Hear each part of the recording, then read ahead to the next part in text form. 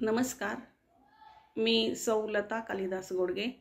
मुक्काम पोस्ट पळसदेव, तालुका इंदापूर, जिल्हा पुणे। गीता जयंती निमित्त मी श्रीकृष्णाचं मधुराष्टकम गीत आपल्यापुढे सादर करत आहे। अधरम मधुरम वदनम मधुरम नयनम मधुरम हसितं मधुरम हृदयं मधुरं गमनं मधुरं मधुराधिपतेरखिलं मधुरं मधुराधिपतेरखिलं मधुरं वचनं मधुरं चरितं मधुरं वसनं मधुरं वलितं मधुरं चलितं मधुरं भ्रमितं मधुरं मधुराधिपतेरखिलं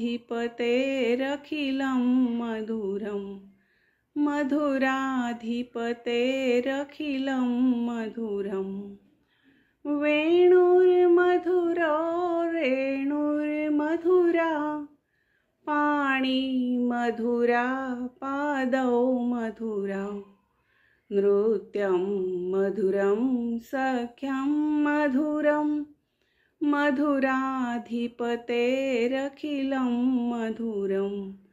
मधुराधिपतेरखिलं मधुरं गीतं मधुरं पीतं मधुरं भुक्तं मधुरं सुक्तं मधुरं रूपं मधुरं तिलकं मधुरं मधुराधिपतेरखिलं मधुरं मधुराधिपतेरखिलं मधुरं करणं मधुरं तरणं मधुरं हरणं मधुरं स्मरणं मधुरं वमितं मधुरं शमितं मधुरं मधुराधिपतेरखिलं मधुरं मधुराधिपतेरखिलं मधुरं गुञ्जा मधुरा माला मधुरा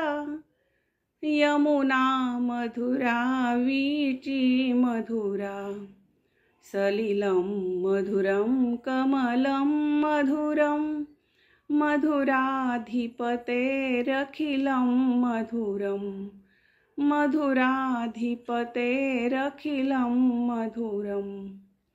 गोपी मधुरा लीला मधुरा युक्तं मधुरं भुक्तं मधुरं दृष्टं मधुरं शिष्टं मधुरं मधुराधिपतेरखिलं मधुरं मधुराधिपतेरखिलं मधुरं गोपा मधुरा गावो मधुरा यष्टि मधुरा सृष्टिर्मधुरा दलितं मधुरं फलितं मधुरं मधुराधिपतेरखिलं मधुरं मधुराधिपतेरखिलं मधुरं। जय श्री कृष्ण।